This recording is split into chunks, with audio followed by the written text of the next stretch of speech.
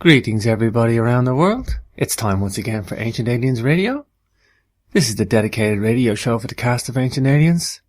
Here we interview authors and researchers as an ongoing investigation into the ancient alien theory.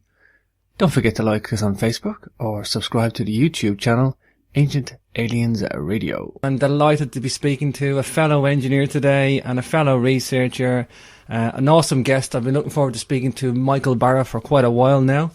And Michael, wow, he's an accomplished author and he's been on many documentary and TV series, most probably famous for Ancient Aliens, I think, at the moment. However, Michael has had a wealth of TV shows, a new one at the moment as well Michael's going to tell us about. He's a New York Times best-selling author, lecturer and TV personality, as I mentioned. Began his writing career after spending more than 25 years as an engineering consultant for major aerospace companies. And he's had a card-carrying member of the military-industrial complex, self-described born-again conspiracy theorist. Mike's first book, Dark Mission, The Secret History of NASA, co-authored with Richard C. Hoagland, a New York Times bestseller in 2007. A second book called The Choice concerns hyperdimensional physics and how it relates to the main calendar, Hopi prophecies, and the current 2012 era. That was published 2010. Of course, then, what we're going to talk about today, Mike published 2012, Ancient Aliens on the Moon. Followed on with that, he had Ancient Aliens on Mars. And then he's also got, just out, I believe, in last week, Ancient Aliens on Mars 2. And we're going to get into the nitty-gritty of what the new book's about. So without further ado, let's bring on our guest today. Hi, Mike. Welcome to Capricorn Radio. Hi, James. Thanks for having me. Wow, great to have you here. And like I said, a fellow engineer. I worked as a systems analyst in the engineering industry, and I love looking at mysteries. I love looking at ancient history from an engineering and a science perspective, because there's a lot of unexplained stuff in our own present history. If you want to talk Sumerian culture or Egyptian, and, all these mysteries have got like high engineering, high science stuff, and it's unexplained. But I think your genre, Michael, and it's pertinent to what we're going to talk about, some of these artifacts, structures on the moon and on Mars. You've got that engineering eye, Michael, and you've got that engineering consultant brain to look at this stuff from an educated perspective and say, no, this isn't random, this is orderly, this is your territory, Michael, and I see why you've done the books in that manner. I can see why you've followed on from the moon and Mars and then Mars too. There's so much information and so many photographs being discovered daily. So tell us a little bit about you, Michael, where you're at today with the TV stuff and the books, and of course you got your new book out, and we'll have a little general conversation before we get into the nitty-gritty. Okay, well, I guess I really agree with you on that first point about this, because, you think about it, and most of the people that study these photographs of the moon or photographs of Mars, they're actually planetary geologists. In other words, they're rock doctors. And, I'm not an architect, but I do have an engineering background, structural engineering background, and like a lot of other guys in that career, I know structure when I see it. And so when I look at these things, I can definitely see the signs of construction and intent and design intent, as opposed to, somebody who studies rocks is not going to they're not going to recognize that. They're going to try to come up with some ad hoc geologic explanation for stuff. And it really just doesn't fit for most of these things. As you start digging into it deeper and deeper, you look at something like the face on Mars, for instance. It looks like a face from a long ways away. When you get up close, you see all sorts of structural detail on it, which is exactly what you'd expect if it was constructed, as opposed to if it was just some sort of random geologic formation. I like to joke that since I'm out in Seattle right now, I like to joke that geologists can come up with a natural explanation for the Space Needle on Google Earth if they had to claim it wasn't artificial, Sure. So it's just that's part of my background. I grew up in the Seattle area. I worked at Boeing for a decade and a half. I went on to other contract jobs, worked for a lot of other companies internationally, and then settled in LA and started doing more things on the consulting side, because it was. The cool thing about it is I didn't have to produce anything. I didn't have to actually build any parts, design anything. Wow. I could just sit back and tell other people what to do. So that was the relaxing part of my career, not to really have any deadlines. And since then, I've become very curious in all these different mysteries about UFOs and aliens and things. And I think what's always caught my eye about these extraterrestrial artifacts is the fact that you can prove it out, and you can point to things that are, obviously structural, and you can, I think, kind of build a case that you've got some proof, whereas I don't think you can really prove alien abductions or a lot of UFO videos are really hard to prove out. So sure. It's, just that's kind of the way I was attracted to this kind of stuff, because it was more interesting and more solid, I thought. But having said that, I'm involved in a new TV show called Uncovering Aliens. Oh, yeah. For the Animal Planet Network out here, and we're doing investigations of UFO cases, sightings, and even abductions. And it's been a real eye opener for me to have that experience and actually meet people that have gone through this stuff, because it's hard to sit there and look at somebody and say, you're lying, when they're obviously not lying, but something really, really strange happened to them. And I guess my job on the show is just to kind of make sure that we're asking all the questions that need to be asked before we come to a conclusion. And it's different to UF hunters in a way then, Michael. Yeah, it is. It's, the main thing that we try to focus on, we've shot 4 episodes initially, and we're still waiting to hear from the network. They've shown them over and over and over again. They've shown them overseas. I guess we're big in Lithuania, is what I heard recently. But they're showing them all over the place, but they haven't committed to new episodes yet. We're kind of hoping we're going to get a decision on that very soon and move forward. But it's more of a situation where we're actually doing personal, cases, abduction cases. We had one case where we actually studied a piece of metal that had been shot off of a UFO that was over a guy's house, and we did an examination of it, and there's subsequently been 2 more lab tests, and it came back as a non-terrestrial manufactured aluminum alloy, meaning it was made somewhere other than planet Earth. And so to me, what I like about our show is we're not just wandering around the Rendlesham Forest or going to Roswell and finding nothing. We're actually, finding solid stuff, and we try to emphasize on our show the actual finding of something that you can actually put to the test. Well, that's some pretty serious science, spectroscopy, analysis of metallurgy, and that's pretty hard science there, Michael. Yeah, it is. It is. It just doesn't. The thing is, it doesn't matter. It doesn't matter how many labs come back with the same result if nobody will, if nobody will acknowledge it. And so, hopefully, what we can accomplish on the show is we can just go right around the scientific community that refuses to even consider this stuff and just kind of shove it down their throats and go straight to the public with it, because that's what we're trying to do. And I think it's been a real fun experience, and I hope it continues. Tell me about Ancient Aliens, and have you been involved with that in the new episodes, or is that still going?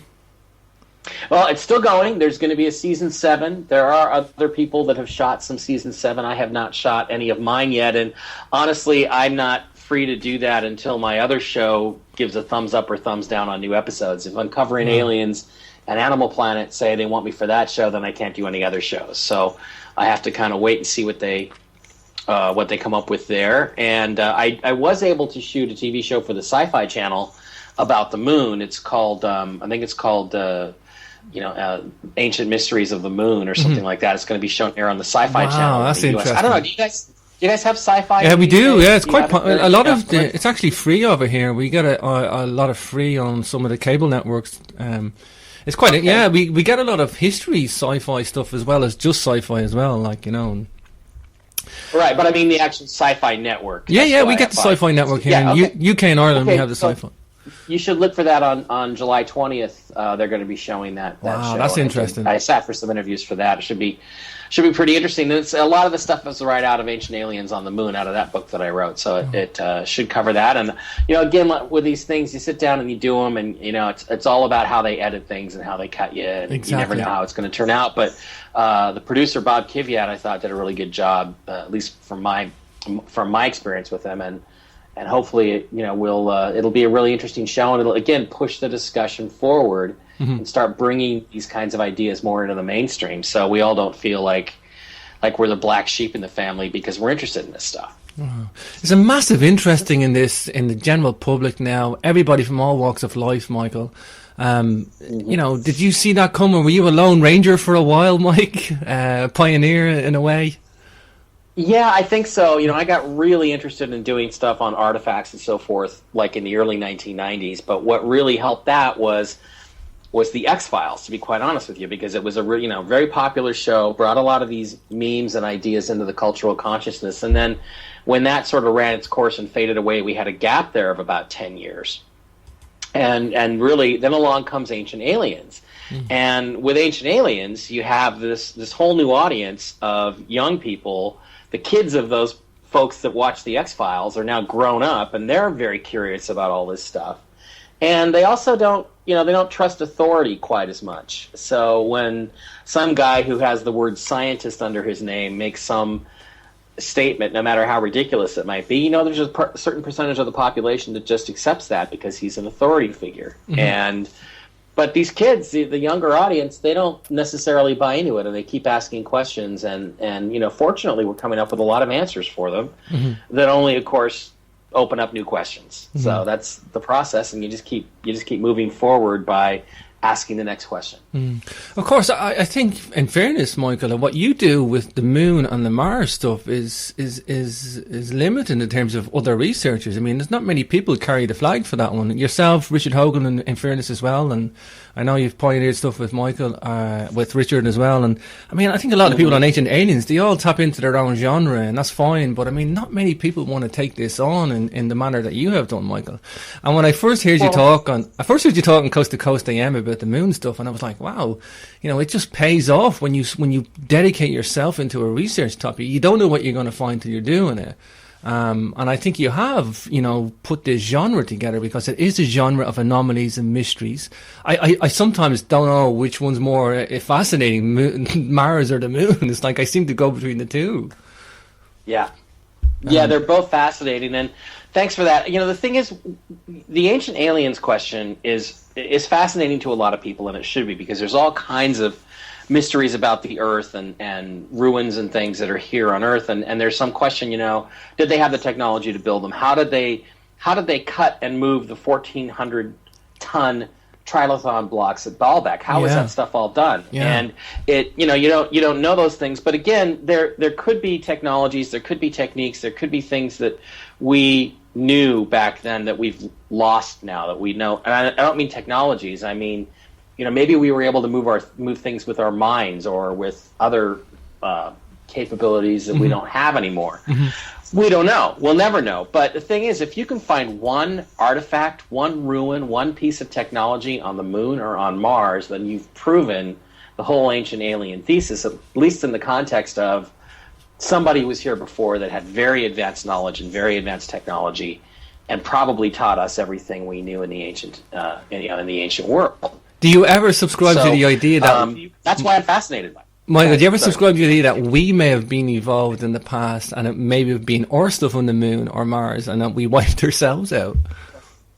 Yeah, that's actually my basic premise. And, in my second book, In the Choice, I talk a lot about the Hopi prophecies and some of the ancient writings of the Indian cultures, the ancient cultures of India and Pakistan and that area. And basically what the Hopis say, among other things, is that, there have been these 3 previous worlds of man, and that they've been almost as advanced, if not more advanced, than we are today. So it's sort of an Atlantis legend or an Atlantis myth that's right there in the Hopi prophecies. And they actually say that we visited places like the Moon and Mars before. And that's the weird thing about it, is because when you look at this technology, when you look at these ruins, these buildings, or this glass stuff on the Moon, I mean, to me, it looks like human. It looks like human technology. It looks like something we would build. It's not alien in the sense that the aesthetic isn't alien. It looks exactly like what you or I as an engineer would design. If we're going to make a building, we'd probably make it look like this, and it looks so familiar, so close to the kinds of things that we build today, only on a much larger scale. And of course, if you have superior technology and manufacturing techniques, you're able to build things on a much larger scale. I think that's the only difference that I see. Yeah, the glass structures, I think just for the publics that aren't aware, is, glass is some 15, 20 times stronger on the moon. It's like another substance. It's so rigid and a better. Yeah, it's about as strong as steel in a lunar vacuum if it is made with no moisture in it. It's actually the moisture content of glass which weakens it and makes it, easily shattered with, I guess in the States it would be a baseball. If you throw a baseball at a glass window, you're going to shatter it. But it's because there's water in glass. Whereas if you can make something on the moon with lunar glass with no moisture in it, it's about as strong as steel. So it would be the perfect thing to build, let's say, a meteor shield out of. If you were going to build a base on the moon where there is essentially a vacuum. I mean, they always say that the moon has an atmosphere. Well, it really doesn't. I mean, you can say that all you want, but technically it does, but really it doesn't.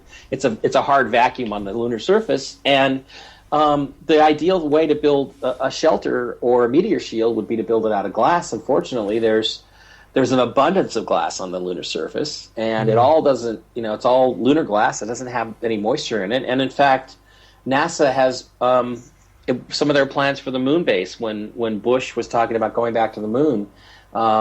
All that stuff was, again, they were going to use lunar glass to protect the inhabitants of the bases. So what an awesome building material it is on Earth. The only thing is that it shatters here. But I mean, because it lets in heat, regulates buildings, the lights. It's a great mechanism for everything. It's just that it fractures here. But if it didn't fracture, it would be our best building material we have on Earth. So. Yeah, and it's interesting because it really would account for a lot of the transient lunar phenomenon sightings that have been made of the moon over the centuries. I mean, people have been seeing these bright glowing areas on the moon for hundreds of years, even going back 1,000 years since we've been making observations. And there's really no way to explain that. They've tried theories about gases escaping and things like that, but what it is simply the light from the sun hitting these glass panes at a certain angle, and then that light is reflected back to the observer. And it also, they're described frequently as pink and so forth, or red, or various different colors. The spectrum, which is exactly what you get if you had sort of multiple layers of glass. You would have a prismatic effect like that. So I mean, I think I seen Richard Hoagland talk, or he had a photograph where there was a prism effect. You could see the rainbow colors of something. The light was being split into its spectrum like the rainbow, and that can only happen with a prism stroke glass object. Yeah, and there's actually dozens of those pictures that he's found, all taken from the lunar surface, all scanned by NASA, all put on NASA's website. And in a few cases, we've actually been able to go back to the original photographic prints and the original photographic negatives, which you used to be able to get from NASA. You can't get them anymore. As far as I know, you can't get them anymore. And compare them, and they're right there. And again, you can only have these rainbows if you've got a prismatic effect, which is going to be some sort of semi-transparent or transparent material. So, of course, Michael, I just want to mention your website, mikebara.blogspot.com. You get some of these photos on your website. You've got a Picasso web album there. And, if anybody wants to listen along and look at your photographs on the site, that's a good thing to do because, like you say, you have high-resolution images on the website, mikebara.blogspot.com, that you can't naturally put into a book because you're limited to Kindle files and stuff like that. But just for the listeners, you can put them in book and you can put them in print, but it just loses resolution in print. There's just no way around it. It's something we need the resolution for. When you want to look at fine detail on the moon, you want high resolution, so... But so let's talk about the moon. I mean, this thing is a very weird object, Michael. The numbers about the moon, the statistics, its location, how it formed, is this man-made? Is it a natural thing? I don't even know. I'm confused as an engineer. I just know it's not adding up, Michael. It's such an odd characteristics about the moon. Well, the thing is, the moon is the moon and the Earth are the only two objects in the solar system of such close relative size that actually orbit each other. And there was a physicist named Dr. Tom Van Flandern, actually an astronomer, who had a theory that planets actually form by being sort of extruded from the sun. The sun gets spinning really, really fast, and then it pumps the planets out, and it's called the solar fission theory. These objects are fissioned away, and then, let's say the Earth would be spinning really intensely fast, and then it would fission off the moon, and the moon would orbit around it. And in his model, Venus and Mercury were actually the same sort of relationship as the Earth and the Moon. Mm-hmm. The problem is that there's been some other disasters that have happened in the solar system that have pushed Mercury out of its orbit around Venus. And, anyway, the theory is basically supported by the fact that they've gone really deep in and looked at the oxygen isotopic ratios of the lunar surface, the lunar material, mm-hmm. and the Earth, and they found that the Earth and the Moon are made of exactly the same thing. So they have this other theory that, that some Mars-sized object hit the Earth at some point, and from that the moon was created, but logically that couldn't be the case because you would have a mixture of materials from both of these planetary objects, from the Earth and from this Mars-like object, but instead what you find is that the moon is made up of exactly the same stuff as the Earth. So that implies that the moon at least was once a natural object. The question is, when you start to dig into it and start looking at things, is that it looks like somebody's come along and done a lot of upgrades. I mean, they've certainly added stuff to the moon. There's areas that look like bases. There's areas that appear to be glass domes that are like a watch crystal or something like that. They're really, it's fascinating stuff. And there's even areas like around the crater Copernicus where you have what are just obviously, massive installations of ruined architectural buildings and generators and these things that look like buried spoke wheels, and you can even see places where the lunar surface has been ripped apart or it's been torn, and you can see inside and underneath, and there's tubular structures and so forth. So the moon's a pretty fascinating place, and it's got tons of mysteries that you can look at and still see on many of the photographs that are out there, although I think it helps to have the early stuff as opposed to what they're putting on the web now. As a satellite, this thing is very unusual too, in that how it forms, Michael. Let me just talk about this because I think this is fascinating. We don't actually know how the moon formed. We have hypotheses and theories of how the moon is there at its distance, and it just so also happens to be a certain ratio to the Earth that an eclipse happens, and it's this 2160 miles in diameter or 1080 as a radius, and all these other strange things too, Michael. Yeah, the thing it's some people. The fact is, the moon is almost exactly right down to the very inch, 2,160 miles around. Now, 2160 is an important number if you listen to, for instance, astrologers and so forth, because that's the exact number of years in an age of the houses of the zodiac. It's 2,160. So you've got these weird numerological connections, and there's several more, around the moon that are connected to the same kind of weird little numerology. But the fact that it's exactly that diameter, and that is exactly the distance that it is from the Earth, enables it to actually create a perfect total solar eclipse where it absolutely blots out this disk of the sun exactly perfectly. Now, for the fact is that is beyond any kind of coincidence you could possibly have. I mean, the idea that this thing is exactly the right size and exactly the right distance to create a perfect solar eclipse is just, to me, it's beyond coincidence. Now, I don't know whose idea it was. I don't know, who came up with this idea of a designer solar system, but there's no question in my mind that is an indication that somebody planned this out very, very carefully. And of course, you go beyond that and you start looking at the origins of it. Well, again, I think the origin of the moon is that it was sort of fissioned off the Earth. And it's it's now it's actually part of the Earth. It came from the Earth, and I think that's a mystery that they really don't want to deal with. They really don't want to deal with in the astronomical community, because I think it blows their whole current theory, which is the accretion model. And they'd have to rethink everything that they think about how planets and solar systems form. Of course, I know this from megaliths and henges and stuff, and ancient cultures, British Isles, Europe, and in America, the mounds of Ohio, they all incorporate 1080 and 2160 into it as well. And these are where lunar worshipping cultures, like, this 2160 is all over the place, like, it's an incredibly interesting angle on it in terms of numbers too. I just find everything about the moon fascinating, in its location, its size. Is it true that this thing rang like a bell, Michael? I've heard this. I don't know if it's true or not. I don't know. I just think they dropped a satellite, and I think they were looking for a puff of dust to come up out of it to analyze it, and they said it rang like a bell. Is this true?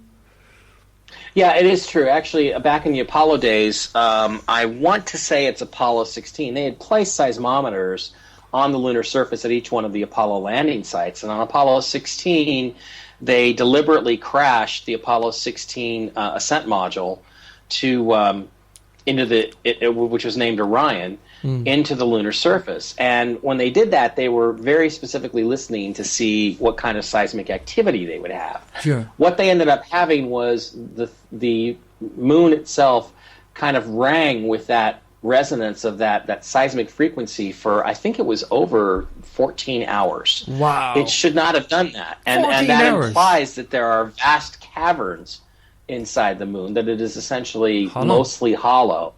And those are things that they simply did not expect. And then, interestingly, on Apollo 17, there was a very secret experiment that nobody still to this day knows what it was or will reveal what it was about. And they called it Chapel Bell. It was Project or Operation Chapel Bell that the astronauts performed. And again, it was a Defense Department project, and nobody knows what it involved, but I would suspect it involved something to do with confirming those previous results.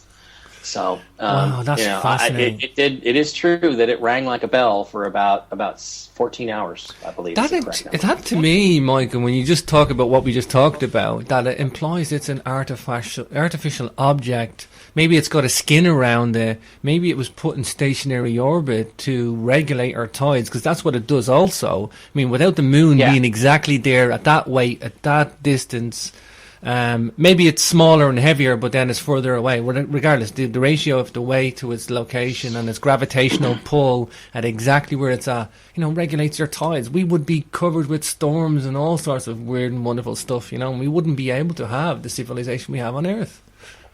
Well, it regulates the tides, and it also kind of controls the angular momentum, the spin energy of the planet, to make it a tolerable 24-hour period. And, there's even another branch of physics, hyperdimensional physics, that talks about how that relationship actually is what helps generate the magnetic field of the planet Earth, which of course allows everything to survive and be alive on the planet because it protects us from a lot of very harmful radiation. So, all that stuff is true. All that stuff is it's all data. Relevant, and we couldn't live without it. Sure, we really couldn't. I mean, we're talking actual measurable data here, Michael. This isn't like pulling out of the thin air. I mean, this is all measurable, quantifiable data. And when you look at it all for the moon, it just adds up to the most amazing coincidence that was ever discovered of all time. It's an intentional design behind it. I favor it not being. I think of something like the Death Star in Star Wars or something sitting there orbiting and looking at us like. Perhaps, do we know anything about the back of the moon and why? Can you maybe explain, first of all, why we see the other side of the moon, and then maybe hypothesize, do you think there's something on the other side of the moon? Well, we've got pictures of the dark side, or the back side of the moon. It's called the dark side. In reality, it's not dark. Every side of the moon is illuminated at one point or another. But what's happening is that the Earth is in what's called essentially a tidal lock relationship with the moon. The Earth is more massive; it generates a stronger gravitational field, and the moon rotates in a synchronized fashion with the Earth, so that it always shows the same face to the Earth. Now, there is some wobble in that, so you do get little parts of the lunar limb that show up and then don't show up as it wobbles back and forth, and it's a 27-day cycle. But, this is something we see all over the solar system. We see other moons around Jupiter and Saturn, for instance, are all in tidal lock conditions where they always show the same face to their parent planet, and it also creates tidal bulges on both worlds. You have these bulges of the sphere of the moon and the sphere of the Earth, in the Earth's case it's mostly water, pointed towards the object that's orbiting around. So you have this condition that basically, because it has lost enough of its spin energy, it's been stolen by the Earth, so to speak, that it now just shows the same face of the Earth at all times as it rotates around the sun. Now on the backside there's a lot of fascinating stuff. We found there's some images that came out that I put out in Ancient Aliens on the Moon of what I call the Daedalus ziggurat, which is this pyramid type object that was found on the backside near the crater Daedalus. And the backside's a fascinating place. It's different than the front. In the front you've got these very dark areas, the Maria, which are called seas because they look like dark seas from the planet Earth that they originally thought were probably caused by what they felt were dark basaltic lavas, but when they went there and actually picked up some rocks from those areas and tested them, they found that they weren't basalt. So they really don't have a good explanation for why they're dark, and there's some different theories about that, but there's none of this dark stuff on the backside. It's pretty much just a bunch of craters. So, could it be that the gravitational force of the Earth pulled stuff up from deep inside the moon when it was forming? Nobody really knows. There's areas where there are heavy gravity wells, very, very powerful gravity wells that are considered called mascons on the lunar surface or underneath the lunar surface that they had to adjust their orbits because the spacecraft would get pulled up or down depending on the intensity of the gravity. And there's about half a dozen of those on the front face of the moon and really none on the back. So you've got all these dichotomous sort of differences. Nobody really knows exactly why they happen that way, but certainly it's something to think about and reasons to continue to explore. We're chatting here, Michael. This sounds like one of the biggest mysteries mankind's ever come across, and it seems to be ignored. It's like we're talking major anomalies here, Michael, that's yet to be answered. Yeah, and they just kind of act like, there's nothing to see here, just move on. I mean, recently, I guess Buzz Aldrin did a conversation on Reddit, and he said that, that we shouldn't really bother with the moon anymore. We should just go on to Mars. And I'm like, dude, there's so many mysteries that we should be investigating on the lunar surface right next door. That that to me that's kind of crazy talk. It's a lot easier to get to the moon and back than it is to get to Mars and back right now. Precisely, and I mean we know we can. Well, we've proven we can get to the moon. I'm actually going to talk about that in a minute. I mean we can get to the moon. We can get home relatively easy, to make the trip to Mars, if they ever do get there, with our present technology of rocket fuel, it's going to be extremely difficult, extremely dangerous. The mission success rate, getting home safely is going to be, I think low. I mean, you'd be confident that the people and the skill set that we have as a technology, we can pull it off, but, it's still a lot can go wrong at that distance, and the big question is for a lot of people and a lot of conspiracies out there is that, did we go to the moon, Michael? Now, personally, I kind of like what you talk about is that, yeah, we did, but there's a cover story making out that we didn't, and they've let this conspiracy thing run because when we did get there, we found some stuff. Maybe we went to go and get the stuff that's on the moon. Maybe we wanted some of the technology there, So maybe let's talk about that and maybe give us a reason why we definitely went to the moon. Well, first of all, they started this theory. NASA was the one who started the conspiracy theory that we never went to the moon. When Richard Hoagland was covering the Apollo 11 mission for an American magazine back in 1969, while Buzz and Michael Collins and Neil Armstrong were still on the return trip coming back from the moon, he was at JPL in the press office there in one of the buildings, press building there. And a NASA public relations officer was escorting some guy around the press office as he was handing out these pamphlets to every news organization in the world that claimed that the whole thing had been faked in a movie studio in Nevada. They didn't say Area 51 because nobody knew about Area 51 at that point. But this guy was actually passing these pamphlets out to members of the American media on, July 22nd, 1969, while the astronauts were still on their way back. And so NASA are the ones who started that rumor. And so you then begin to think, knowing as I know, that NASA is a bunch of duplicitous a-holes. Yeah. Why would they do that? And to me, the reason that they would do that is to create a fake conspiracy theory, a fake conspiracy meme that was easily discredited, easily disproven, and that way nobody would ever believe any other conspiracy theories about why we went to the moon and what we found there. The conspiracy theory's already been done. Yeah, the conspiracy theory's already happened. I mean, in terms of what's the proof that we went there, well, we've got pictures of the landing sites. We can see the astronauts' footprints. We can see where they drove the lunar rover. We've got all the photographs that are all coordinated with the right times they were there. None of the arguments that we couldn't have made it actually add up. We had plenty of technology. There's been some excellent videos about the film technology of the time, basically showing that nobody really possessed sufficient technology to have created the videos that we've seen. So, it's one of those kinds of things where it's not so much that you can prove that they went, but the idea that we didn't go just doesn't pan out. So I actually I kind of favour, Michael, that maybe they did have a studio and they put up some dummy stuff to make it, maybe for the conspiracy scenario that they were creating, but they still have all this real stuff there that they went by. Well, there's a guy named Jay Widener who Jay wants to believe that Stanley Kubrick faked the whole thing in a studio in Area 51 or something, and he's come up with his theory on that. Again, I don't find any evidence for that. I think I can blow most of Jay's arguments out of the water pretty quickly. Mm-hmm. And his theory is that, they actually did go, but they had Kubrick film fake stuff so they could cover up what the astronauts were really doing when they were there. And that's an idea.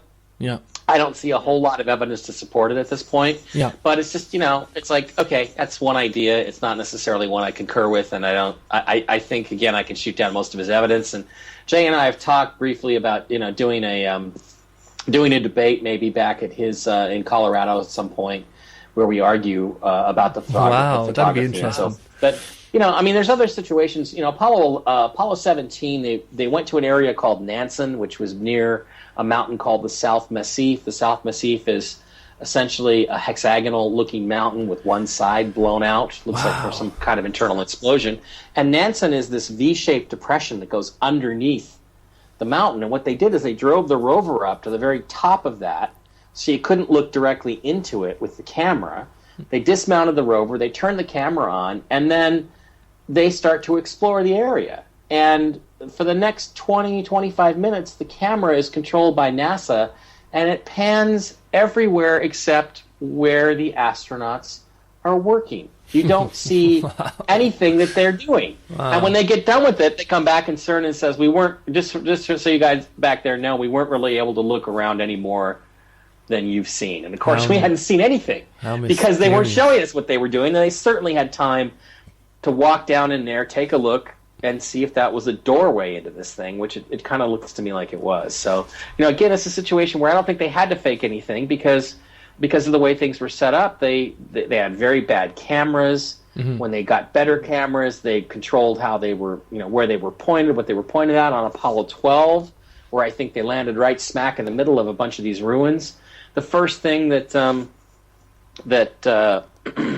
Al Bean or Pete Conrad did was take the camera and point it directly at the sun, which is the one thing you're not supposed to do, and burn the camera out. So we have no video footage of Apollo 12 to speak of. We have about 5 or 10 minutes. We have none of the area where they were. So you just got a bunch of things like that where I think there were lots of ways where they could have they could have hidden things or done things kind of in plain sight or just out of sight. Why would they keep faking it? Why would they keep going back to fake it? That's what I don't get. So, that's why I don't get that. You wouldn't keep going back faking the same thing. You don't need to fake it 2-3 times, whatever. Yeah, one of the pilots, I want to say it's Al Warden, but I'm not positive, said in this really great documentary called In the Shadow of the Moon, he says, come on, he goes, if we were going to fake it, why would we fake it 9 times? We went to the moon 9 times. Why would we fake it 9 times if we were going to fake it? And again, I think that's a really strong argument for saying that the whole thing is just a little bit silly. Yeah, and like I say, I have to hand it to NASA if they did set up a studio and or give out a fake conspiracy theory. It was successful, Michael. It was successful in terms of, it fueled the conspiracy theorists and it covered up what really went on. And then there's also the people that think they really went to the moon. So it's done its three things there, Mike. Right, and that's the thing. And whenever you say to somebody, they ask you, are you a conspiracy theorist? And you say, yeah, the first thing they say is, oh, so you think we didn't go to the moon, huh? I'm like, no, I don't think that at all. That's not what I think at all. So why not go to the? You have to defending yourself. Why not go back to the moon anymore? Why stop at the 11 missions? Did they guys get what they wanted? Did they get warned off, Michael? Because a lot of people throw that one about as well.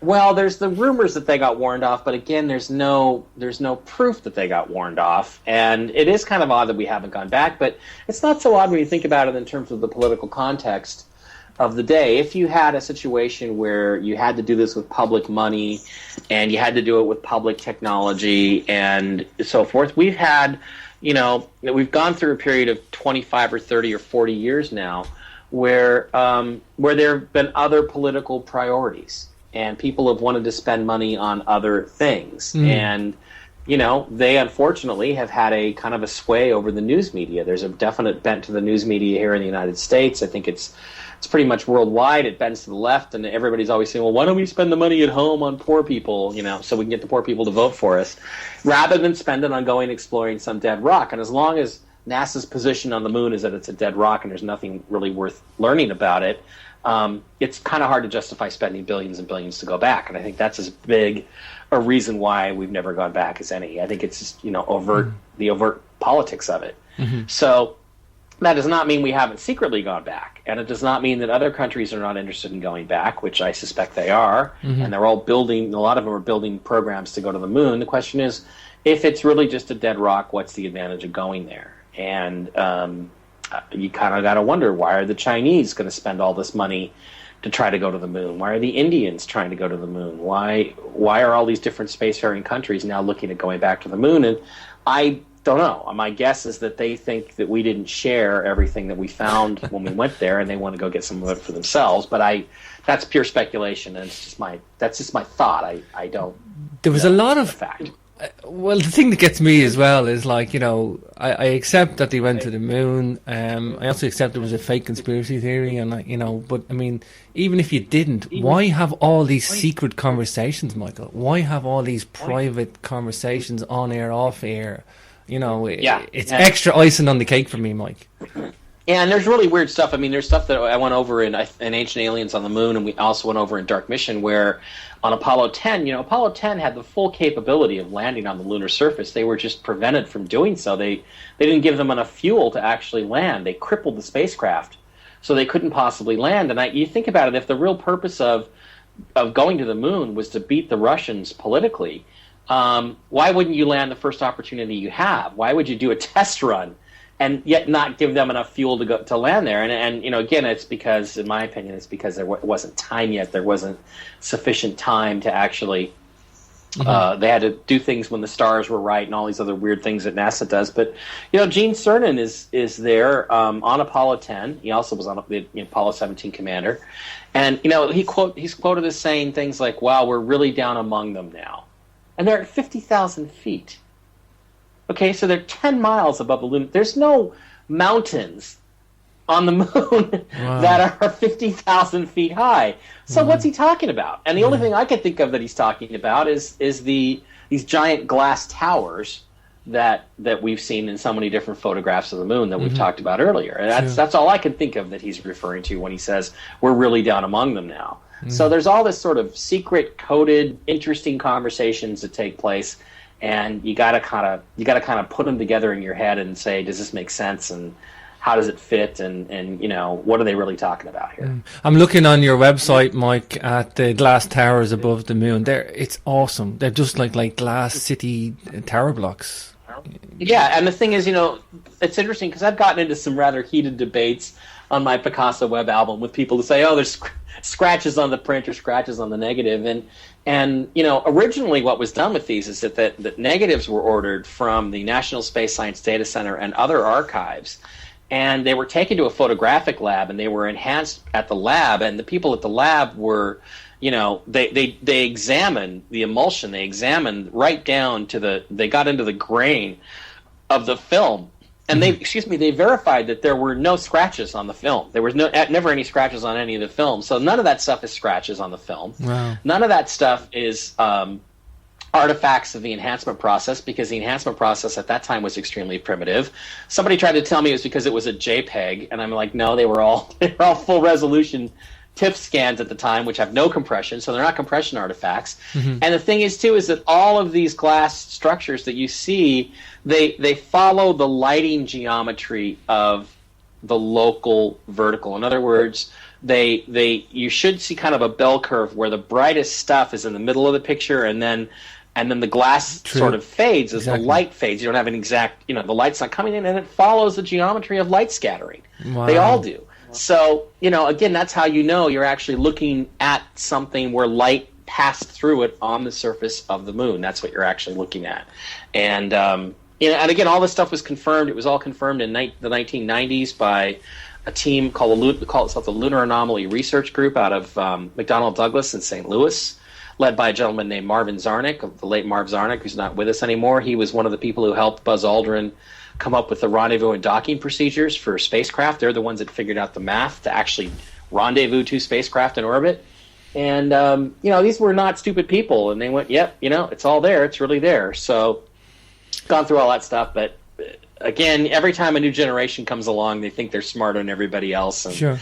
And they hit you with the same arguments you've dealt with for 20-some years, I remember my history in school, Mike, and I remember doing the Cuban Missile Crisis and Khrushchev, and then all that time frame we were doing up to barely modern history, and then we had the space race kick off, and the initial go to the moon, and it was always, the Russians against the Americans, who's going to get there first, and I somehow kind of believed that certain amount, that there was a natural space race. Due to political struggles between Russia and America. However, I do somehow also think that the Americans had prior knowledge that they were going to discover something, that there was something there. Do you feel that, Mike? Do you think they knew what they were going to find? Or do you think perhaps, they discovered it when they got there and they went, oh my God? No, they definitely knew that there was something there before they ever went. I think that's definitely the case. There's really no way you can argue that. Mm-hmm. But what I don't know, what I can't tell you, is what that document is. I've never been able to obtain that particular document. Mm-hmm. So, at this point, I can't say mm-hmm. where that information came from. But what I will say is that. I think they had prior knowledge for sure, and that's actually I'm going to be looking at doing another book next year, wow. which is going to be called Ancient Aliens and Secret Societies, and in that one I think we're going to deal with that a little bit more. You just led into my next question, and it was, I hear these rumors, and you're a researcher, Mike, that's going to know the answers to this stuff, which is why I'm throwing it. Was there a Masonic ceremony on the moon? We know that a lot of the astronauts are linked through Masonic orders. I think the same order. But was there a Masonic ceremony in the room on the moon? There had to be. I mean, the thing is, Aldrin brought. We know this for a fact. He brought a Scottish Rite 33rd degree apron with him wow. to the moon, and it's a ceremonial apron that would be used in a Masonic ceremony. You don't do that unless you're going to use it in a ceremony. That's why you bring the ceremonial apron, is to use it in a Masonic ceremony. He admits that he did what he called a communion ceremony, where he read from the Book of John at one point, and the question is, there's a couple different possibilities for when that took place. There's a time when he says it happened. It could have taken place at 33 minutes after landing. But the bottom line is that if you trace the origins of that ceremony back, that is also a Masonic ceremony. So when you look back at that, what you can say absolutely is that everything was there for them to have done it, or for him to have done it. And the communion ceremony he talks about is actually, like I said, it's a Masonic ceremony. So I would have to say the answer to that is absolutely yes. Wow. We have talk of, and this is going to go into the conspiratorial route, but we have talk of NASA being formed out of the Nazis that were absorbed to America, the Nazi scientist von Braun, and when they were absorbed into America because they had all the knowledge and the skill, and the Germans were advancing in rocket technology, they absorbed them into America, and that's where NASA kind of got a thing. And then we also have the Freemason route of, control through the astronauts and the knowledge of what's going on. I mean, where does the conspiracy end, Michael? I mean, is it both? Is it Nazis and Masonic, or it's a weird melting pot of conspiracies, Michael?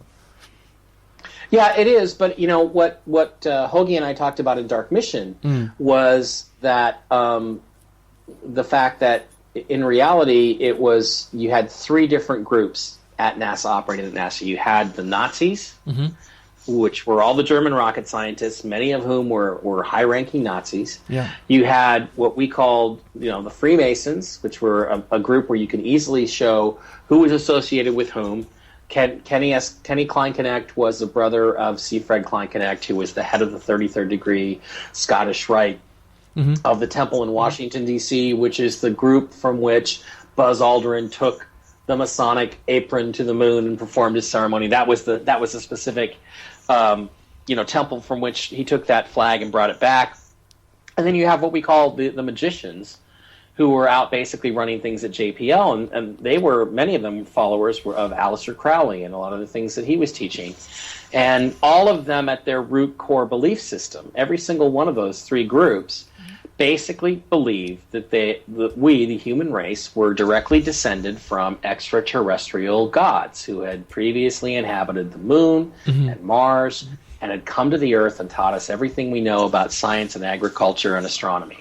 So all that stuff all fits together, and then you look at the different ceremonial things they did. For instance, the original Apollo project had Orion on the Apollo mission patch, and that particular constellation is crucially important to the ancient Egyptians' belief systems, and it comes back to the worship of Osiris. And the offering that Aldrin did was basically a ceremony that was designed to be an offering to Osiris. And the Freemasons' origins have been traced back to the worship of Isis and Osiris and Horus, these very specific Egyptian gods. And the Nazis had all their roots basically thinking that they were descended from Isis, Osiris, and Horus, And you've got these groups that all believe the same thing and all think they're descended from these ancient Egyptian gods who were in fact extraterrestrials. So it all goes back to the ancient aliens thing. So I think, that's the reason why I've got to write the book next year, because I don't think I could do the whole ancient aliens on Mars and ancient aliens on the moon thing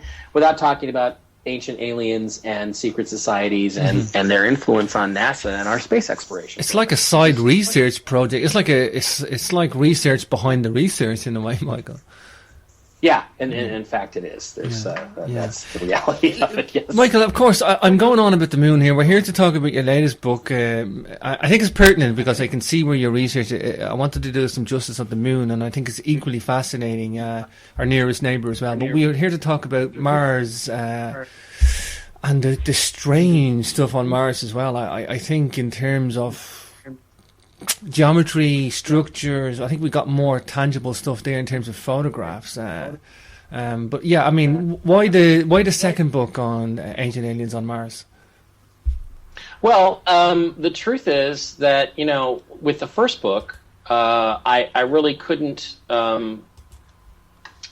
just couldn't finish. I couldn't put everything in it and get it done on time. And there was a lot of stuff that was left over, and I began to think about it and say to myself, well, there's a lot of things I didn't really cover and some things I'd like to go more in depth on. And where I started was there was some leftover stuff about the face on Mars. What happened with ancient aliens on Mars is that there was so much about Cydonia and the face in there that I ran out of space to talk about other things I wanted to talk about, like the monolith on Phobos and the infrared stuff from Cydonia, which is a really interesting cloak and daggerish kind of back and forth with NASA, where they tried to trip Hoagie and me and the other researchers up with some infrared data, which actually showed that there is a massive city beneath the surface at Cydonia. So there was that we had to clear up, and then there was other stuff about the rovers. There's so many things, like you said, the rovers. I mean, every day people are finding pictures of stuff that are obviously tools and instruments and mechanisms, and even what look like fossils on the surface of Mars. So I just didn't have time to go over everything, and I ended up writing the second book, and it ended up blowing me away because I discovered. As you dig, you just discover so many more things that you can talk about. So many more things that are extraordinary on the images, and that's what I like about you, Michael. Sorry. No, there's one that I really wanted to go after. I've been wanting to go after in the first book, and the area is called Parrot City, is what they call it, because some people thought that they saw, the image of a parrot in the ground, and right next to this, what people think is a parrot, is this incredible, extraordinary city. There's an absolute cityscape there. Wow. And as I started to dig into this city structure, I just found some of the most amazing, fascinating buildings and things that I've ever seen. And they're so powerful and so obvious. And when you see them online, see the pictures online, you can look at them in the book to read up on them for reference. But when you see them online, there's no question you're looking at artificial structures. And I also, again, caught NASA trying to sort of cover this up and hide it. And again, it's just amazing stuff. And there's signs of life all over Mars that they appear to have been trying to cover up. So, I just had to do more. And that's what drove me to write the second book. Sorry, Mike, that's the key thing I think to mention here is that if NASA turned around and went to accepted public awareness and went, hey, look, guys, this is interesting. Yes, it does look this way, but, we'll look into it, and then turned around and said, no, it's not. It's just an anomaly. And it's a light obstruction shot. If they did that approach, that would maybe be more believable. But just turning around and trying to tell people there's nothing to see here, go home, it's like an admonition of guilt in a way, Mike. It is. Yeah. The constant there's nothing to see here. Move along. Remember that thing? There was a little figurine that they found. It looked like a little mermaid figure or something off in the corner of one picture on the surface of Mars, and NASA types attacked anybody who thought it might be anything interesting, and their basic argument was that, well, that's ridiculous, it couldn't possibly be a statue, it's only about 2 inches tall. Well, again, in the book I point to a number of statues of the pharaohs that were created by the Egyptians that are about 2 inches tall. So that's, again, that's just a ridiculous argument. It's not even logical. Yeah. And there's other stuff that you see it, and you just, there's no question that they're metal cased, they're sheet metal cased objects. I mean, if you've done engineering, you've done any kind of work on engineering, you know what things look like. Sheet metal, electrical boxes with electronics in them, computers typically have a sheet metal case, and that's going to be thin, and it has a certain look to it. And there's stuff all over the surface of Mars that glows like metal. It reflects, light like metal, and they're partially buried and eroded. But you can see, pins and crevices and connector spots, and you can see the area where there used to be a box-like shape around it. That's in addition to the pyramids and the mechanical stuff. There's stuff that looks exactly like turbochargers and flywheels and jet engine casings, the central part of a jet engine, all over the place. And anybody who's done engineering can look at that stuff and say, that's a mechanism. And there's stuff that looks exactly like bones. They look exactly like spines of dinosaurs or snakes or something. And you do a visual comparison of one on Earth and one on Mars, and I'm open, man. Please tell me what the difference is between what I'm looking at on Mars and what I'm looking at on Earth. You're totally right. Michael, it's having a skill set like yourself from your career, and then also being in the driving seat. It's not enough to have your skill set and look at a couple of random photographs. I mean, you dedicated yourself to this research, and I appreciate that, because it's sometimes you just need to be in the driving seat, and if you're not in the driving seat and continuing to be in the driving seat, you're not going to discover stuff, And unfortunately, some people, they won't get into the driving seat. They don't want to look at it, and you've created this genre of research that's like dedicated, and it's turning up stuff time and time again, and I commend you on it. I will say, I watched the conference or documentary of yourself and Jason Martell and a couple of others, and I remember you made a very key point there, and it was like, some people are maybe looking to find something, and it's not beside anything else. And I think a lot of what you're talking about here, Mike, is that all these objects are found beside other things, like, Cydonia is beside the face, right. the pyramid complex. These things are not just random objects appearing, in the middle of a desert landscape on Mars. You point this out. This is how you know the authenticity of this stuff, is that it's beside another thing. These things are all beside each other, Michael. Right. Well, that's true, and it's not always the case. Sometimes there are things that are more in isolation, but they're still blatantly artificial. It's a case of, the case could be really good. But if, for instance, the face on Mars was all by itself and there was nothing else around it that was at all unusual, that would be a harder case to make. But the fact that it is surrounded by all this other stuff that's, there's a 5-sided pentagonal pyramid a few miles away that's symmetrical, bilaterally symmetrical about 2 different axes. And, that's impossible. The thing is, like, you look at, there's a pyramid in Ancient Aliens on Mars 1 in the first book that's found in Elysium that is an exact match. It's an exact match for a collapsing, eroded period in China. The only difference is the scale, but when you overlay them on each other, they match up exactly. Now, If you were to find that in the middle of nowhere on Earth, your immediate assumption would be that it's a pyramid and you would start to excavate. But you find it on Mars, and it's like, oh, no, it can't possibly be a pyramid. And the fact that it's isolated would tend to, undermine it as artificial, except that when you think about it, Elysium is an area where there have been all kinds of pyramids spotted. Carl Sagan made a big deal out of the pyramids of Elysium. They were tetrahedral pyramids. This is another 4-sided pyramid, some distance away from that. But the area around Elysium seems to be full of pyramidal structures. So that is a good point, but it's also true that you can occasionally find something in isolation, and what you've got to do then is you've really got to dig in and say, just what is the likelihood that this is some sort of geologic formation versus something, artificial. And I guess to me the big difference between the two of them, what makes it the most obvious, is that artificial stuff tends to be a lot more complex than natural geology. Sure. And I think the parrot is a good example of that. If you look at what people think is the parrot, it looks like a water-eroded or wind-eroded bump. But when you look at the city right next to it, there is infinite complexity. Mm-hmm. And you can see things that are quite obviously vents and bunkers and buildings and cooling tubes or something. And, there's buildings. There's buildings where the workers lived. And then there you see the road that leads right up to it. Oh, they must have taken this road to walk up and go to work, So it's incredible stuff, but it has a consistency. That's what really separates it. Again, I'm looking at your photos here. Some of these photos are absolutely awesome of Mars. It's clear to me. I just posted the new stuff from Ancient Aliens on Mars 2 that should just be up in the photo album now. Wow. And I really encourage everybody to go take a look at some of that stuff. That's MikeBara.blogspot.com. You'll find the link there in the photo section for the Picasso web album.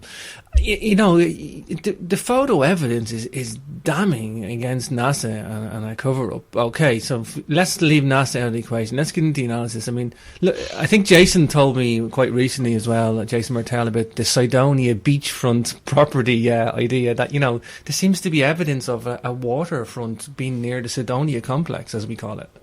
Mm-hmm. Well, there was at one time they thought Cydonia might be part of an ancient shoreline. I think they kind of recently backed away from that. But it doesn't need necessarily to be part of a shoreline for it to be something significant or even artificial, because we really don't know what Mars was like before the catastrophe that destroyed it. Sure. And there could have been life in many, many different places, and actually the best way to really look at that is if you go back to Ancient Aliens on Mars 1, the first book. Sure. What I've got there is basically discussing the Mars tidal model, which is the idea that Mars was a tidal locked moon of another planet, a super Earth, which has exploded and devastated the planet, and that messed everything up. I think it's unlikely we're going to find much evidence of habitation in the southern hemisphere of Mars. I think most of it's going to be in the northern hemisphere. I'm looking at an overlaid map here, Michael, of the Cydonia complex with the geometry and relationship model. It's in your folder. This is incredible. This is screaming. This is like a Giza complex, like all the pyramids. Like, you know, we got pyramids aligning to the face on Mars, and aligning to another structure to the right, another structure to the left. You know, it all matches up. I mean, this is not random. This is not nature. No, it doesn't appear to be random to me either. And the thing is that you know, you look at those kinds. There's all kinds of stuff that's been lost over the years in studying this. I mean, if you look at the Cydonia complex, one of the things, I don't know if I put the graphic in there or not, but one of the things that's generally overlooked, for instance, is that when you look at the city complex, you see these objects, the city, the so-called city square, the edge of the fort, the face itself, and then what's called the cliff. And what you find is that they have a ratio of 1 to 2 to 4 to 8 as you go left to right. Yeah. And I mean, okay, really, these are geologic formations that are completely anomalous, that don't actually have any relationship to each other. In other words, whatever they are, they would have all had to have been formed by different geological processes, even though they're in the same very small contained area. And yet they were all identified as individually strange or individually not fitting the natural background. And then they have these kinds of ratios and relationships to each other. And there are people that want you to think that that's random. It's just a random accident, or that, you know, we're imposing our own, you know, hopes or something on these things, and it's just nonsense. I mean, no way. Come on, you know, this stuff is. Look at Giza in Cairo. I mean, look at the pyramid complexes there. I mean, there's the 3 belt stars of Orion. You know, you got the pyramid geometry. You got mathematical layouts. You know, we got mathematics encoded in our own pyramids here. You know, a lot of. You know, granted, a lot of Egyptologists don't want to touch that. They don't want to even accept that. I think a lot of people who have any sort of a technical know-how can accept that. I mean, even the angles that our own pyramids are built at are extremely difficult. We have the bent pyramid, incredibly hard to do as an engineering complex. You know, and then we have this stuff here. Yeah, different types like pentagonal pyramids. You know, but the angles that it's slightly different theme, but the theme is there. It's a pyramid complex. If you want to see a bent pyramid on Mars, go to the new folder, the Ancient Aliens on Mars 2 folder, and go take a look in there. And there is a pyramid it's in the book, and there's a picture of a pyramid that was taken from the Curiosity rover shortly after landing, and it appears to be a pretty dang close match for the bent pyramid in Dasher. So, you know, I put them up right side by side, and you can judge for yourself what they are. And interestingly enough, these pictures, these early pictures, when they were very far away, even when the Curiosity rover was a lot closer, the images of that pyramid came out blurrier and blurrier as time went by. It's almost as if they didn't really want you to good look at it. Yeah. Yeah, of course, they did the flyover again of the face on Mars a second time, and it looks like it was photoshopped to not look like it. No, they've done it. They've done it now. There's at least 15, 16 different pictures of the face on Mars from different spacecraft. And yeah, that second one that was done in 1998, the so-called Catbox version, which I discuss a lot in Ancient Aliens on Mars, that was deliberately. It was taken deliberately under the worst possible conditions. Not only that, they deleted 50% of the data in the image to make it even, you know, to create even less contrast, create more artifacts in the data. They shot it from the worst possible angle, and they did that deliberately because we found out later, you know, Malin claimed, that we were just lucky, that was the best shot we could get of the thing, and we found out later that they had a targeting software where you could pick any target easily the size of the face on Mars anytime you wanted and click on it, and when it passed over it, it would just boom, just absolutely nail that. They had software that would program the thing to take the picture at the exact perfect time, so they did that deliberately. And you know, there's even people that think that the Mars Observer, the spacecraft that was lost in the early 1990s, was never really lost, and that they actually used it because it had the same camera as the Mars Global Surveyor camera. They actually used it to take test pictures and find out how could they take pictures of this area and make them look as bad as possible. Yeah. So that's one theory. Now, whether I don't really subscribe to that necessarily, but after years and years of this, there's not a lot that I put past anybody at NASA. To tell you the truth, there's not a lot I put past them. For sure. This really goes in the face of anything to do with Darwin. Darwin is up against it these days on many counts. I mean, I actually feel sorry for Darwin because he was in a race to publish his work. When he did, he was never happy with it. He had reservations about his own work, and it's like, I think that in the last 100 years, Mike, that this Darwinian debate, as it's come back to, it's really kind of not acceptable anymore. I think we've been tampered with. I think we've been altered. I think we've, I'm open to that. I think a lot more people are open to this now, Mike. And if that's the case, I mean, Darwin's, it's failing on so many counts, but this is like, why not build some structures or two when you're tampering with another species? It all adds in together. Yeah. John Anthony West calls it the Darwinian delusion, and I think it's pretty clear at this point that we did not evolve from apes. I mean, they still don't have any transitional species, like you said. All of the requirements that Darwin himself set out for his theory to be proven correct none of them have been met at this point. He basically said, if we don't find transitional species, if we don't find a half man, half lizard skeleton somewhere, within the next 50 years, at the rate we're finding fossils, then we have to assume the theory is not correct. And yet here we are 100, 120, 130 years later after Darwin, and still, the scientific materialists are still clinging to this Darwinian idea of everything just happened by accident.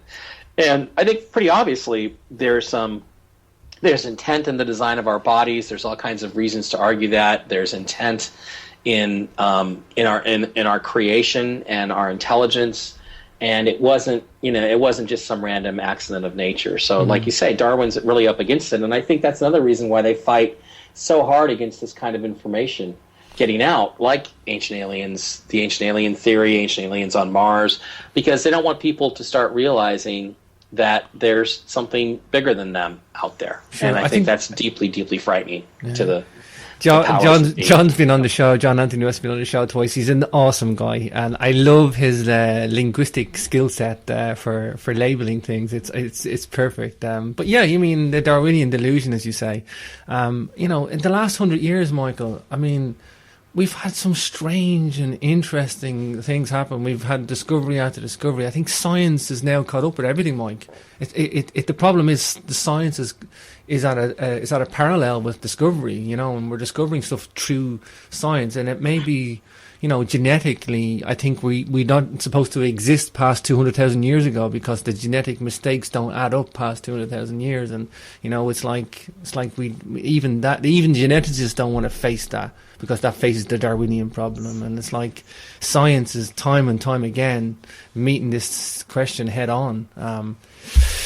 I guess. Well, science. Look. I mean, again, I agree with you. The science is out there. This is what the choice was really about. Is the science is out there. The problem is that the scientific establishment will not acknowledge or recognize the science that's out there. The stuff that doesn't fit their pet theories, they cast aside and ridicule and ignore. And that's the problem. The problem is that we are too dependent on scientists, putting quotes around it, scientists. For our science. We're just way too dependent on scientists for our science.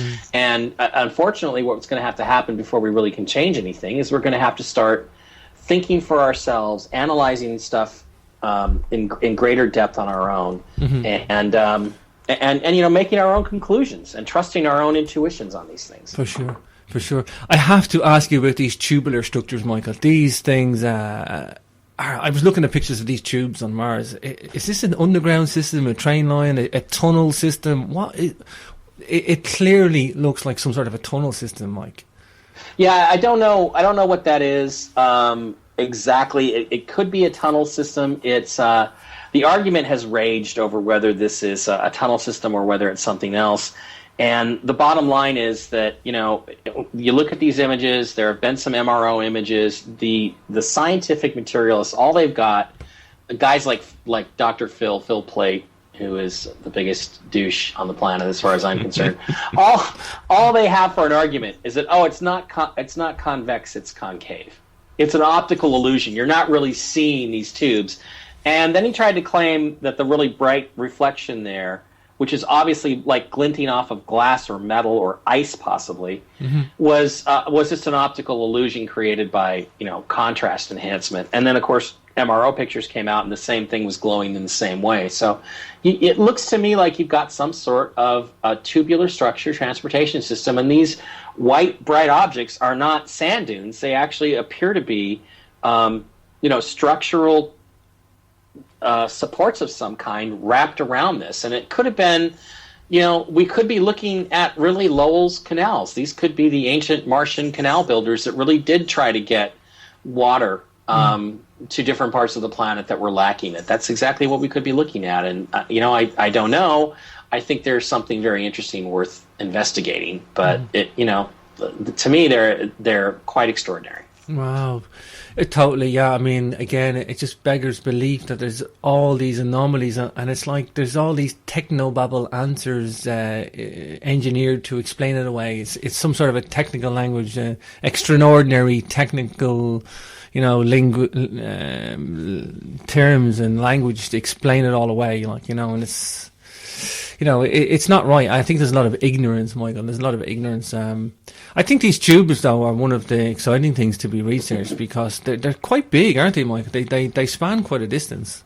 Yeah, you could get a railroad car inside those, and they go for miles and miles. And they appear to go rise up out of the ground and then go back down under it again. And it looks like you just got a rift there where something is just the sort of the skin of the planet is ripped apart. And also, if you go back and look at some of the photos of Cydonia and you look at things like the fortress, the so-called fort, which I dig into in this book a little bit in some detail that it hasn't been looked at before, what you see there is that there's another one of those types of tubes in a trench that's coming out from the fort, and in the infrared, which actually has some ground penetration capability, what you see is that tube goes out of the fort and then it goes under the ground for miles and miles and miles and miles across, almost all the way over to the face on Mars.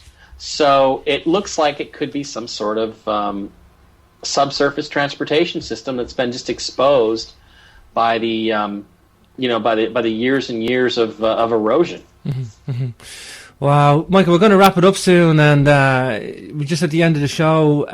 I got to ask you, you've got a conference coming up, I believe, Contact in the Desert. That's coming up soon. Yeah, and in Joshua Tree, California, if you're out in the States, if you have a chance to come out, it's going to be a great event. It's at the Joshua Tree Retreat Center, and it's called Contact in the Desert. And, I'm going to be there. Eric Von Daniken is going to be there. Wow. Giorgio from Ancient Aliens is going to be there. My buddy Jason Martell is going to be there. All of the really important people in the UFO community are going to be there, and it's going to be 4 days of lectures and stuff. And it's really got a great amphitheater where you can present all the information, and it's near Palm Springs, California. Beautiful. So if you have an idea where that is, it's near there. And I really, hope everybody comes out and has a really good time. And I'm gonna, I hope, blow your brains out with the new pictures I have, because I'm really excited about some of them. Again, Michael, the website is mikebara.blogspot.com. They can catch the links to all your books there, Michael, and the web right. and the Webb Picasso album there too. Again, love what you do. I love the genre of research that you're doing, because there's not many people doing this, Mike. And it's. Again, you're in the driving seat and you're pursuing this, and you're turning up more stuff, and it's like, sometimes it's a commitment of research that turns up this stuff. And I thank you for what you're doing. Any philosophical thing you want to end on, Mike? I mean, do you see this as a paradigm that's going to, continue to be changed? Do you think there's more people waking up to this reality? Do you think there's, NASA's going to win the end game here and control the whole thing, or? Well, I don't think that they're going to be able to win. I think people are going to wake up slowly but surely. I really think that what we need more and more people that are fascinated by this to start looking. I mean, the fact is there's so many pictures on the web from all the different space probes on Mars and on the Moon that, frankly, one person or two people don't have time to look at everything. And what I really encourage everybody to do is if you're interested in this stuff, go look for stuff. Go look for something and find it and put it out there and let other people know about it, and start your own message board and do these kinds of things, because the fact is a lot of this stuff, and I try to give full credit to everybody who found stuff. There's a lot of these discoveries that I'm bringing up in this book that were found by other people first, and I want to make sure that they get full credit for having looked at this. But there's extraordinary stuff on these images, not just mechanical things, but what looks like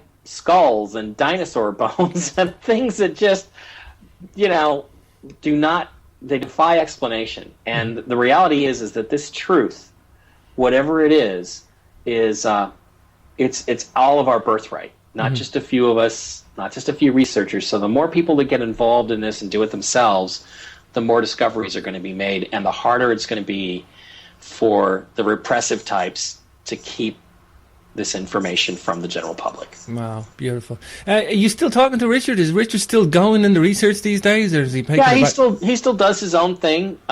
He's he and I have different working styles, so it's difficult. I could pump out a book in 3 months. Yeah, it takes him 3 years. It's a lot longer process with him, and it's just he's doing his own thing. I'm doing my own thing. Yeah. We're reinforcing each other. Some of the things in the book he's found, a lot of the things I found, other people have found other bits of it, and he's just busy with his own projects right now, and I guess I got impatient and wanted to keep talking about this stuff and keep bringing it up, and I also wanted to create a series of books that were simpler, that were not as technical, that the average person could understand what I was talking about. Wow. So, the job of an engineer, to reduce the complexity, for sure. Yeah, exactly. That's what I'm trying to do. And that skill, that was really good training for me for this, is to take really complex arguments and try to reduce them to their simplest form. And if you had to ask me what's my best skill, that's probably it, is the ability to communicate really complex information in a simple way. Sure. Thank you for your time today, Mike. We're at the end of the show. I wish you all the best with the Uncovering Aliens and the book as well, Ancient Aliens on Mars 2. And keep in touch, Mike, and we'll talk to you in the not too distant future, I hope.